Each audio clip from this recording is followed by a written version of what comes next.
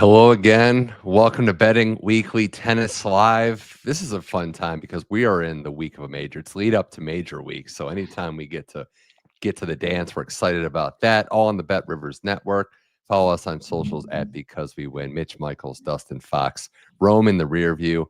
We've got Roland Garros qualifying. We've got a 500 level tournament in Hamburg for the men.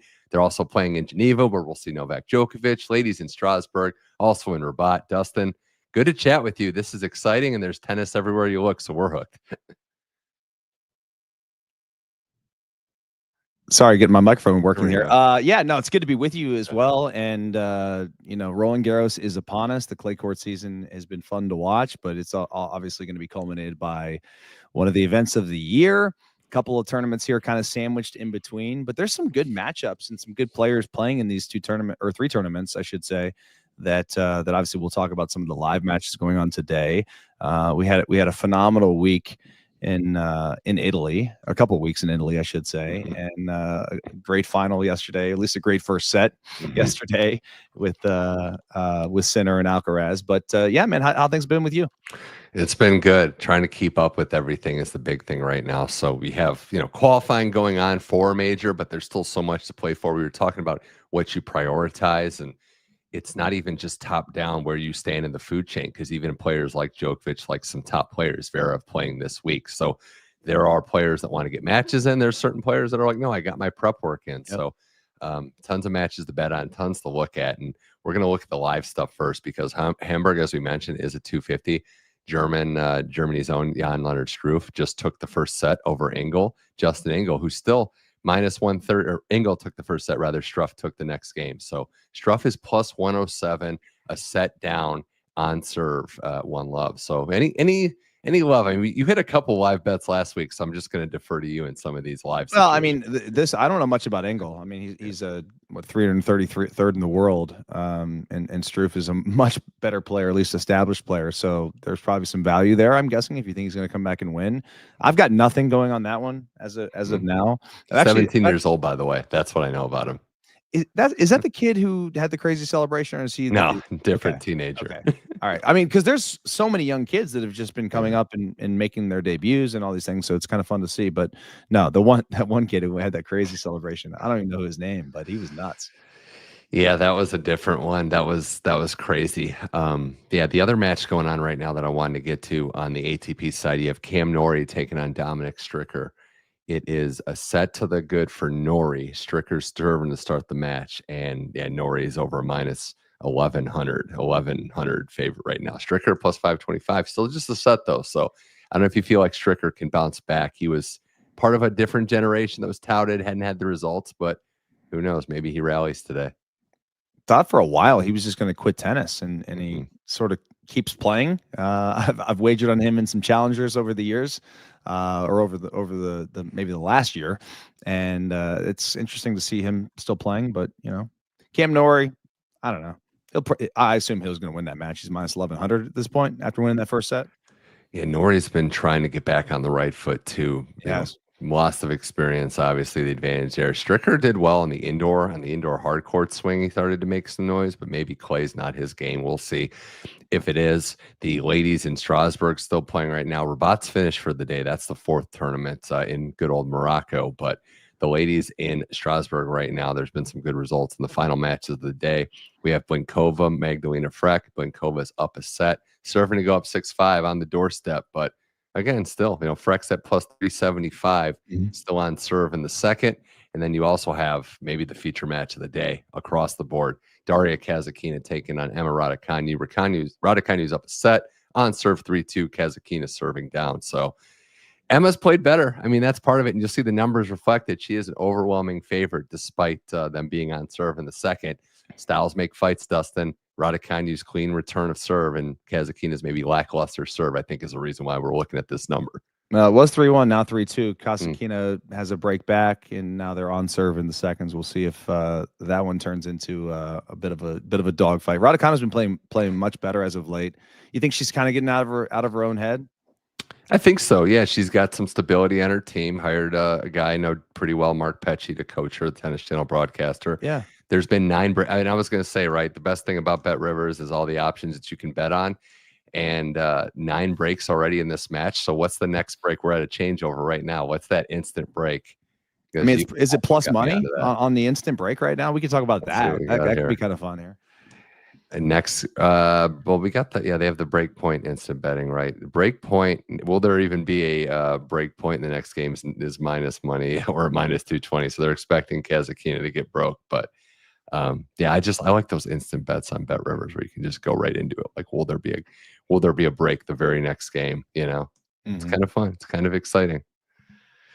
Calling your shot too. Remember, there's tie breaks to discuss as well. But yeah, Rome, Dustin, was where we learned a lot about where we're heading into. It's the final big test before RG. And I think if you didn't know, now you just got reminded that Carlos Alcaraz, when he plays his best, is the best on the surface.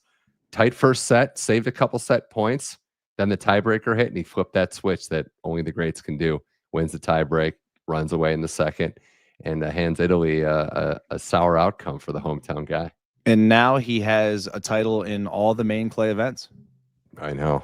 Which is insane for as young as he is. I mean, to have Roland Garros, to have Madrid, to have Monte Carlo, to have Rome. What's the other one? Barcelona? Barcelona's the 500, but yeah, 500. Still has that too. Yeah. I mean, basically all of them. He's the new king of clay, if you will. Yeah, it was tough for Sinner. I think Sinner, yeah, I know. I do think Sinner has, you can't replicate matches. We talked about it. He did what he did to Casper Ruud was downright criminal in a lot of ways. You had people feeling sorry for one of the best clay court players in the world. But did you see the comment Taylor Fritz made on Ruud? Yeah, he almost had. Are they buddies? Yeah, I think so. Yeah, I mean, I think that was definitely to do that, right? You have to be. Tennis is different than other sports. Like, you share a locker room, so a lot of the players that we don't even know are friends or friendly enough to, make some jokes. And yeah, and Taylor knows all well about getting the Alcaraz treatment too, or the Sinner treatment too. So, but no, I mean, you have to gear up for a level of fitness. The only thing going into RG that you doubt about Sinner is he as good as Alcaraz on clay? Doesn't look like it, but who is? The other thing is best of 5 fitness level. He looked a little tired at the end, which, by the way, totally expected. I mean, the guy's been off for how many months? Yeah. 3 months, 4 months. Yeah, I thought that Alcaraz did a great job coming to net and selectively. Like, he had rally tolerance, but then he's like, okay, I'm not going to sit here all day and just stand and throw with this guy. And he made it, his variety shines. Also, he's got, I'd say, the best serve +1 in tennis. I mean, there isn't anybody else. When he changes it up and comes to the net, I thought the point in the breaker and set point, when he obviously it was amazing how he comes in and has the awkward. I mean, most people can't even do that volley where he goes back to the forehand and then puts it away down the middle. It's like he just predicted the whole thing, and by making it unpredictable. So not many players can do that. Not many players have the athleticism, the fitness to be able to do what Alcaraz has done. And yeah, I mean, obviously it's going to be different when it's a 5-setter. You got a best of 5, but thus far, I mean, for all the people that were like criticizing Alcaraz for last season and for the start of this season, for the quick exits, it's in Miami, for example, it's like, man, well, this guy's back. He's very, very comfortable on the clay. We know that. And clearly the favorite heading into Roland Garros. Yeah, I was just also looking at the bracket when we were talking about this of Strasbourg, because Raducanu is making me think she can go deep, if not all the way in this tournament. We saw Collins win today, and I'm just thinking, like, Keys won this event last year. Pegula took a wild card. We don't know what her form is. I like Raducanu. Collins' next matchup could be one that we talk about if she holds on. So I think this is what's that going to be, a pick'em? Collins today won a weird one against Kenin, which it tends to happen, but all sets were lopsided. But Collins won in 3, 6-2 in the third. Raducanu isn't this crazy to say? Raducanu is more match tough right now than Danielle Collins, but she's been playing more tennis. So yeah, I think Raducanu is live to make a run. This draw is very, very fun. We also had today as a favorite, but I don't think it was big. I'd have to go back and check. It could be wrong, but we had Kruger take out McCartney Kessler in an All-American showdown. And I'm singing the praises of Kruger as the potential, but on clay, it's just, you wonder, right? Because her game, will it translate? She's going to have a pretty tough test coming up next as well. But no, I think this has been fun, man. I'm all ears talking about this. Kruger gets Ed Maya next, by the way, who finally was able to win a match. Where are we at with Iga heading into RG? Not good. Not good. Actually, I wanted to pull this up. We have future odds for both, but the WTA future odds right now is the first time in over 4 years at least. Someone out there in the comments will have to mention when this was. When was the last time Iga was not the betting favorite on an outright market at Roland Garros? But it's finally happened, and it deserved to happen because she hasn't been able to win a match. Sabalenka, who loses the chin win, but I don't read much into that. Coco, Andreeva. Jasmine Paolini finally in the top 5, right? We were waiting for that one. There's a masterclass for you, like what Paolini did to Coco, right? Just dude, precision. You know, I watched that match, and from the start of it, I felt like Coco was just intimidated by the crowd, which is kind of odd. And they kind of made note of it on the broadcast, like that she didn't do her typical celebrations. Like she was very chill, like wasn't trying to go over the top. I think she was trying to keep the fans from not going crazy on her. And I don't know. I think she overthought it. Yeah, 2 players, right? Alcaraz, Paolini, or Alcaraz, Coco, right? Not used to being not the favorites in their matches. Both handled it a little differently. Alcaraz was muted, but still was celebrating, getting himself going, and he fed off it. You could see, like he was feeding off of it, and he loved, like you would know, right? He relished that silence after 100%. A big play. 100%. I mean, there is something to be said for going into and I played football and in other sports growing up, certainly professional football, but like when you, as a player, you go into a road team's house and you silence them, there is something to be said for that. And when you can do that, it does definitely feed you as an athlete. And Alcaraz fed off of that. There's no doubt. Yeah. Paolini winning, getting into the top 5, also getting in the top 5 of odds. Also going into RG, Iga drops down to number 5. She is not in her own quarter. So we could get Sabalenka and Iga in the quarterfinal. We could get Iga and Coco, assuming that both of them make it there, which is an assumption now. But yeah, see that 5 by her name and see her not the favorite is different. But we give the greats the final. We give the greats more rope than anyone. More. So Iga's in the same side as Sabalenka, so we could have that. We could. No, it's the draw will come out on Thursday, but this is she's not quarter protected. Got it. So quarterfinal, she's going to be in one of the 4 seats, assuming she gets there. But yeah, we're going to give them more benefit of the doubt, right? Because she's done it, 4 times, but not looking good right now. And I want to see, like we talk about signs from the great Dustin, I want to see her moving better. That's the part that I don't understand is the fluidity of movement. She doesn't look comfortable on her most comfortable surface. Yeah, and the other thing too is like her second serve is just people are unloading on it right now. And I don't know if that's something that she can what can she do there? I don't know.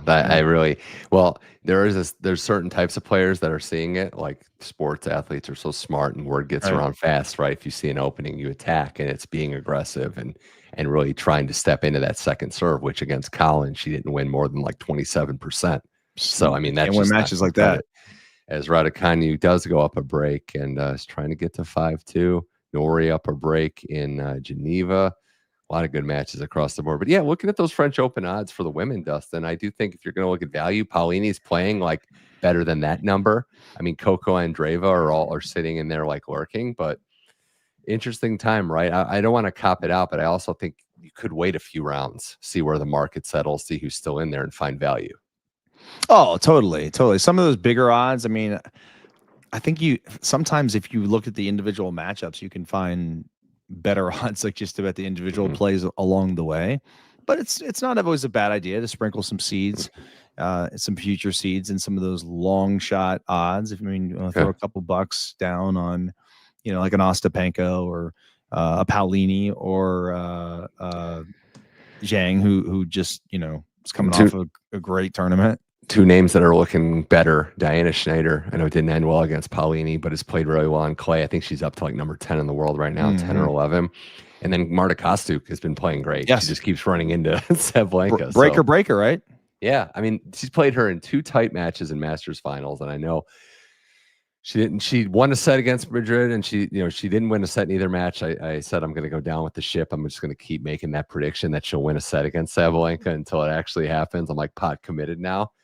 But she's come very close, and each time she just can't seem to go across it. But no, I think value-wise, she can play against anyone. The men's side, though, on the French Open market as of right now, Alcaraz opens up his gap, still plus money, which I think his value given what he's done. You can't bet Carlos Alcaraz at basically even money to win the tournament. Like there'll be times probably in the tournament where you can maybe get him even money to win the match. He's currently playing. Think? I don't know if he gets down a set or something against a decent player. I don't know. It's hard to say. What if he gets down a set in a break? It's like, okay, well, now you probably get plus money to win that match. I was thinking of when Nadal's last RG, he had his like injury before he had to, gutted through a loss to Shapovalov, and he was like plus 250, and everyone's like, whoa, and then he won the tournament. But point being, if Alcaraz wins Roland Garros, I think he's going to be minus for a couple of years for the foreseeable future if he goes back to back. Oh, yeah. I just think looking back at that odds number, like you have, Arthur Fees and Sarundel on the right side. It's funny that those two are next to each other, but you have Zverev over Djokovic 14-1. If I'm trying to find value, who's played well on clay, right? Because Taylor Fritz has the 4 seed right now, so he'll have his own quarter. So when the draw comes on, I hate to pick on Taylor a little bit, but who's in that section? I'm looking at those names right bunched up together: Casper, Drake, and Lorenzo. I think all three of them, under the right circumstances, probably who's in the Fritz quarter could be something. So sure, those would be the one for value. Draper has made a run on clay. Casper has the Madrid title. No player's been more consistent outside of Alcaraz on clay this year than Lorenzo Musetti. What's the most consistent surface up to this point that it would be similar to Roland Garros? Rome. Okay. Rome. Yeah. Even though the clay is not quite as good, there were some complaints, but definitely not Madrid. And I don't think Monte Carlo. I think it's going to go Rome. Again, call me out if I'm wrong on that one, but I think Rome's going to play the most. Like it up to even the weather. Like, you have rain coming in. Right. RG has a room, but has be a cold. Roof, but could be cold, could be interesting. Isn't it funny to see the top players show up early and try to get the hits on? Like how much even in your recreational career, it's like I got to hit on the court. I got to just feel what this court's like before I play. Oh yeah. Well, that was as a player too. Like if we could get in on the field before, game day on a road game, it's like, man, we just want to just feel the surface, have a walkthrough, like just understand, start to visualize what it's going to be like in the environment once the actual matches and play starts. Well, we got a break fest in Strasbourg. It's Kasatkina back again. This is the classic match for her. Maybe Emma still a huge favorite. Maybe it's good. She served first, or what? She got to break first is how I'll say it. So that's where we are there. She's 2 games away, 2 breaks away maybe from winning. But here on Betting Weekly Tennis Live, Mitch Michaels, Dustin Fox, all part of the Bet Rivers app. You want to Bet Rivers Network. You want to download the app. You want to follow us on socials at Because We Win. Let's talk about some other matches we got in these tournaments coming up. There is one more match today in one of the men's tournaments. So we're going to get to that match first, because I did want to ask you as we look at what's upcoming there in this Bergs match coming up. I had my eye on it as we were kind of like looking, Dustin, at some matches. And in Geneva, I talked about this tournament. But Zizou Bergs versus Fucsovics. Fucsovics minus 136, Bergs at plus 110. I bring this up because I kind of like the dog in this one. Slight I dog, do too. but if you're talking about who's in form, who's looked better recently, sometimes you got to throw away head to head and past result and just look at who's been the guy more recently. And I think it's Zizou Bergs. At plus money, that to me seems like a at least worth sprinkling a couple shekels on is Bergs there. Fucsovics, I've never really won much on him. I've watched him play quite a bit, and he's good on clay. So. Yeah, gosh. But Bergs, I don't know, man. I like his serve. I like his game. Fucsovics didn't get to the main draw in the Madrid or Italy tournaments. And I'm just trying to see if there's a head-to-head on these two. He needs this win today. First time they've ever played, too. Yeah, I think there's value in the plus money. Hamburg also, like, if you look at that tournament, Dustin, like we talked about it at 500, which is new and different for sure, but some big matches tomorrow. And I had a few, but is there any that stand out to you? We got some big names playing, some top players. We'll see. Zverev won today, so he's still in it. But anybody lined up tomorrow you've got your eye on? I think that Tiafoe-Boo match is going to be interesting because, both players are, super athletic. It could be some crazy points. And I've bet on Boo a lot lately. So I feel like I've watched him way too much than I probably should have. I haven't won a ton on him, but he grinds out every match. There was a match I watched. It was early. It was at the first tournament of the year in Germany, which one? I forget which one that was. It was against Zverev, and he was down like in the first set, I think he was down like 5-1 and came back and took it to a breaker. It's like this guy that when I watched him on clay there, I was like, all right, this guy's got a little something. So I've been watching him quite a bit throughout the clay season. I think the Tiafoe should win that match, but could be interesting. Tiafoe's trying to get his groove back. There's going to be a bump right with American players that we've seen. Like it just the odds kind of reflect that. But I do think Boo playing in that challenger final, losing to Bublik yesterday, that might be a reason why we see the number as juiced as it is. What's it like when he comes right in and has to play against Tiafoe, who is going to bring the heat? I think that's a good one to highlight. The other one I have looked at that I wanted your take on is that Monfils Fokina match. Monfils at +180, taking on Davidovich. Fokina at -230.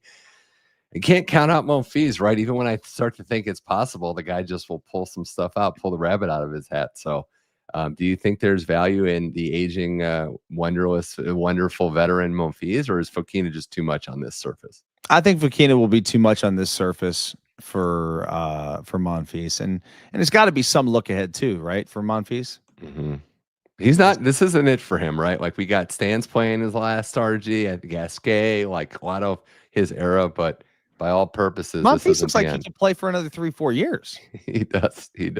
Yeah. I mean, seriously, he runs around better than a lot of these younger players. I mean, he's 37 years old. I mean, he runs as well as any 22-year-old you see. How about responsible betting advice? Maybe Monfils to win a set, -150. First set. Yeah. Well, first set.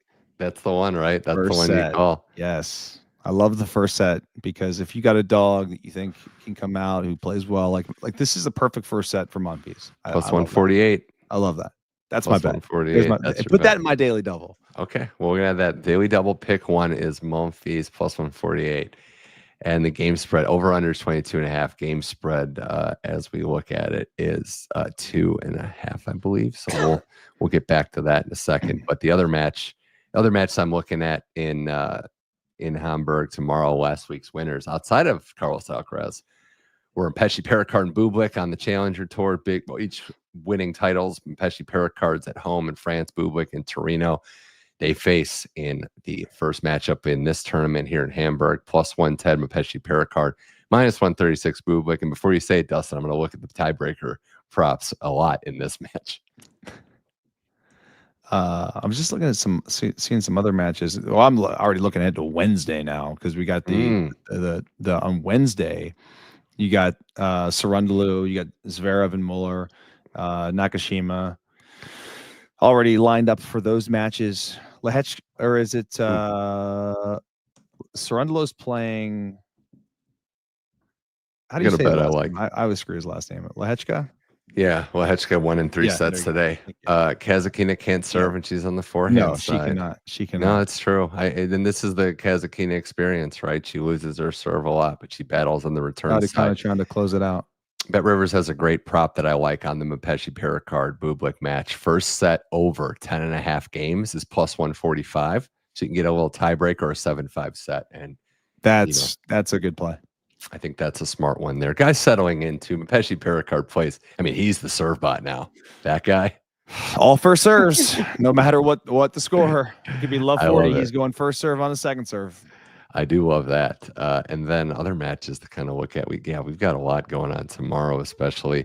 Oh, Hubert Hurkacz taking on Arthur Cazaux. I like the French kid, Arthur Cazaux. I'm not saying to bet him money line, but Hubert's look at Hubert's win-loss record. There's been some letdowns in there, especially after, hate to say it, but we don't like targeting injuries, but he did not look fully healthy at the end of his match against Tommy Paul. So over 3-1 Cazaux, not the worst thing to look at and circle in that one. That's in Geneva. And then the other one, Altmaier and Felix tomorrow, -152 for Felix, +123. That's a little trapalicious. Something Felix at -152 there tells me it's either going to be one-way traffic or he's going to lose outright. That's such a trap match. That is, I mean, with that not being like a -200 something, it's like it tells me stay away, I think. Yeah, I hate advising stay away, but man, no, advising stay away is fine. Yeah, because there's so many matches. There you go, 2-0 Altmaier. Altmaier's 2-0 against him. I had a feeling it was something along those lines too. I watched the last match they played, which was like a month ago. We were doing a show during the last. Yeah, that was Monte Carlo. I think so. I think it was Monte Carlo. Strasbourg tomorrow. We have 2 lines set up. We have Magdalene taking on Sramkova. Sramkova at plus 128 underdog, and then Diana Perry against Samsonova minus 215. Samsonova, I just do feel like her game. She's not a traditional serve bot. So if you were going to parlay some favorites, I would throw her in that Perry match at minus 215. Maybe find another one or two if you want to do that, because I think that's going to go well. Rabat has some matches up tomorrow too that I think are could be tasty depending on how you look. I do like watching Maya Joint play. She's a huge favorite over Anna Konja, so we'll gear up for those matches. But yeah, you said Wednesday already. You're looking at matches. There are some matches already lined up for Wednesday in Hamburg. We do have a couple. Well, you got a couple in Geneva too. Wow, I'm not seeing Fernley and Popperin on Wednesday. Okay. Haley's and Fritz on Wednesday as well. I don't think those lines are out, but it's also good to kind of wait and keep checking the Bet Rivers app and seeing. Yeah, Fritz Halley is on Wednesday. Number 4 seed at RG, Taylor Fritz. Wow. I wonder what to expect from Djokovic. He'll be playing on Wednesday. We'll see. Actually, this is a good time, right? Let's take a look at who his draw would be and who he would play. Because Novak, it's his birthday coming up. Djokovic will be 38 years old. Yeah. He will be 38 years old on the 22nd. So what's that? Thursday. Yeah. So he gets the cake. Maybe that's why he's playing. He likes to get the cake on court. It's his one chance. Rafa gets at the French Open every year. So Ruud won this tournament last year. Djokovic is in the draw. No Casper to think of, and we're looking at Djokovic as the 2. He's going to get the winner of that match later today, Fucsovics and Bergs. So we'll get him some tests. I know no victories even for him, but I'm not counting on Novak until he's really done. But I don't like the way he's been playing. Djokovic, Bergs, maybe Arnaldi. I mean, these aren't Gibbons, obviously. Mahac or Popperin. I don't like the way he's been playing either. No Andy Murray. Maybe just like a coaching change, like we just saw in the NBA, right? The Nuggets made a little mini run after firing their coach, and I know it's different individual and team sports, but you're looking for a spark. I think it's a good sign ultimately that he's like still in it. That he wasn't just riding off with the same complacency. That all right, I need a spark. I need something. So I do think ultimately that's a good sign. Is it a disappointment if he doesn't make it to a quarterfinal? For him, yeah. For us, I don't. The results haven't proven that, but yeah, he's got to be thinking quarterfinal. He hasn't lost at Roland Garros since 2022. Rafa, that's his last loss. Yeah, he pulled out with an injury last year and he won it in 23. So he expects to win every single tournament. There's a favorite I like tomorrow too, Kekmanovic, and him over Rinderknecht. I know it's minus 265, but I'd throw him in. No, give me that all day. I like K-Man there. Ketchy's return game against that big serve. Rinderknecht in rallies. No, not against Ketchy. Etch a very slight dog against Comensana tomorrow. On his surface, yeah. On this surface, huh? That's an interesting one. And then, Sebi Baez minus 175. I know he holds a special place in your heart. Sebi Baez is taking on Ugo Carabelli. Minus 175 there. So that could be another one to target too. We also, Dustin, have, before we wrap up this show, Betting Weekly Tennis Lab, we got Roland Garros quali. So if you've been getting a chance to fire up the old HBO Max app and watch. Is that what it's on? No, I have not watched any qualies yet. I'm not that big of a sicko, even though I do watch challengers. The qualies have not really gotten too much. Some players in it though. Borna George. I noticed plays today. Tomorrow. There's a ton of good players in it. You got George tomorrow.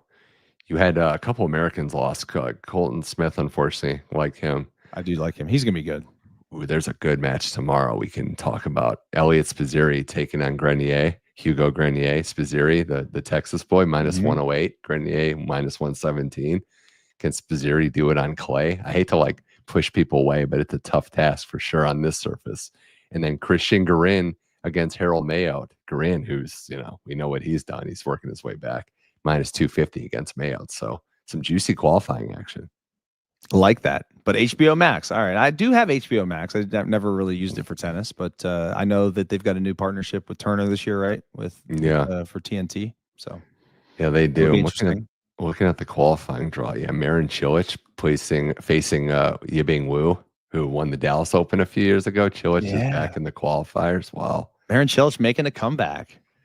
Yeah, he certainly is. I mean, it's going to be tough, but if anyone can do it, even at his age, it's him. We've got some women's qualifying too. I mean, this is the best time of year. There's just nothing. There's nothing like it, especially like if you break through at qualifying. It's life-changing situations too for a lot of these players. So we got Taylor Townsend, got some other big names tomorrow.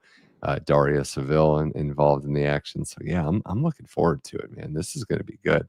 I think. Oh, the other one, Amos, yeah, there's another Mpetshi Perricard. It's his sister's playing in qualifying. Who do we think won? Yeah, we're talking about this match, Echeverry, Coleman, Sana. I kind of like the slight dog in Etch in this one. I'm with you slightly. Like it's not a big pick by me. I would be a lean. Yeah, I have these two played before. The answer is no. Do they know each other? The answer is yes. You know, sharing some countrymen too. If you're looking for Coleman Sana and what he's done recently, he did win. You know, he pushed Holger to 3 sets, right? You know, he beats Altmaier and loses the Holger in 3 tight sets. Holger is another interesting one. I don't know what to expect from Holger. Like, he terrifies me. Terrifies me. I don't like to bet on him or against him because he'll just come together and look like a top 5 player in the world. Nothing worse betting on somebody, losing, and then eventually just like hate betting against them, and then losing that bet against someone that you always lose with. It's just better just stay away. Just don't bet on them or against them. Do we have for me? Do we have a before we go? Do we have a second leg of the daily double? Oh, I thought, did I not give you one? We got the first set for Monfils. For Monfils, I love that. God,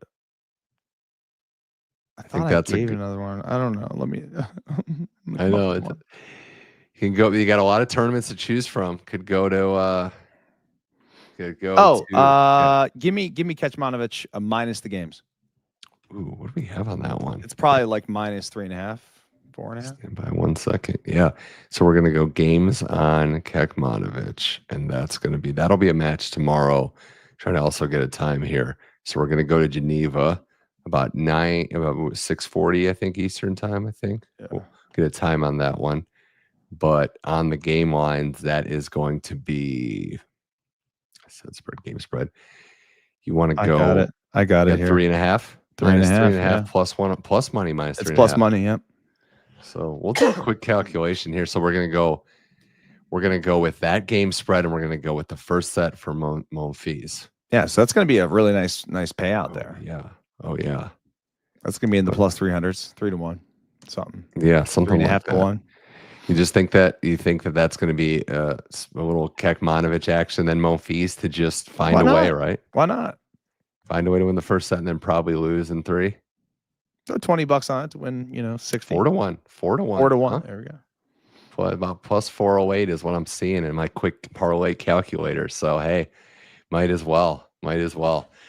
Yeah, I'm excited because this time next week we're going to be having Roland Garros coming on. I might have to wear the blazer or something, get real sharp in action as we get ready for Roland Garros. But so many different storylines. Remember that daily double is going to pay out 4-1. These are your French Open odds to look at today on the outright market. Yet again, if you feel like there's a male player there, maybe a little Tsitsipas, a little Cerundolo, fees, Fonseca, even Medvedev is playing some doubles there. So maybe he takes Clay seriously.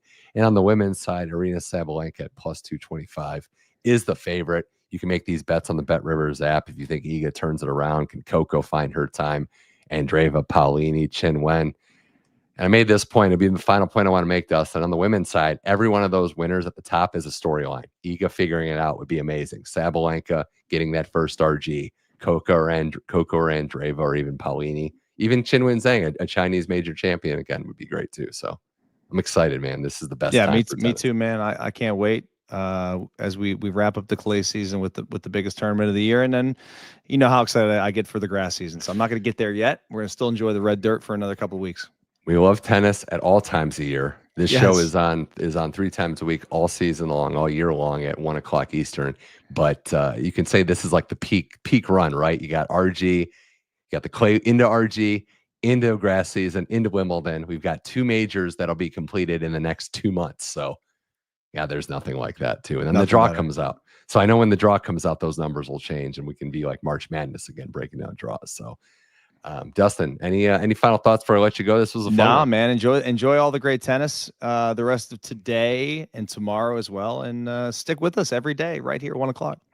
Yeah, one final note, that over 10.5 in Bublik and Mpetshi Perricard. I think Bublik's actually going to pull this match out, but I like that long first set. We've seen a lot of long first sets in the tours, and then the seconds are a little shorter. So, all right, awesome, Dustin. This was a blast. Yeah, Thanks to everybody out there for watching. This is Betting Weekly Tennis Live, available on the Bet Rivers Network, 1 o'clock Eastern, Monday, Tuesday, and Wednesday. Download the app. Follow us on socials at Because We Win. Support this show. Support Bet Rivers. And we'll talk to you again soon. Enjoy the tennis, everybody. Have a great one.